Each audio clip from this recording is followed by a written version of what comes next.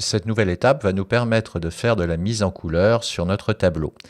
Je reprends l'exercice précédent et je reviens sur la feuille 1 qui contenait mon tableau avec la liste des articles et leur prix.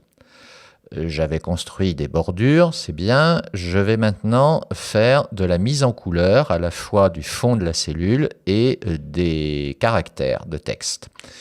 Je vais tout d'abord m'intéresser à la ligne de titre, donc je sélectionne B2, C2 avec ma souris. Je reste dans l'onglet Accueil et je vais développer l'icône qui représente la couleur de remplissage, c'est-à-dire un pot de peinture qui se vide. Au lieu de cliquer directement sur l'icône elle-même, qui m'amènerait à une couleur de remplissage jaune par défaut, je développe le petit index noir pour obtenir la palette de couleurs. Et là, je vais choisir une couleur foncée, par exemple un bleu foncé. Voilà.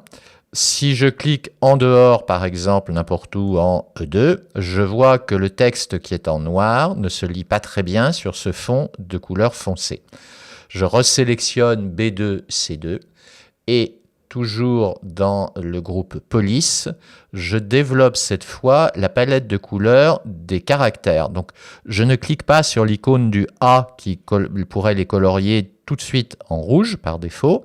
Je développe bien l'index noir couleur de police et je vais choisir une couleur blanche. Voilà. Il me reste à mettre ce texte en gras.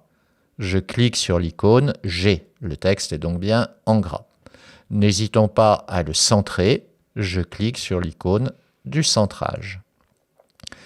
Je peux maintenant envisager de sélectionner l'ensemble de mes données et je vais les mettre par les mêmes méthodes sur une couleur de remplissage plutôt claire, par exemple un bleu clair.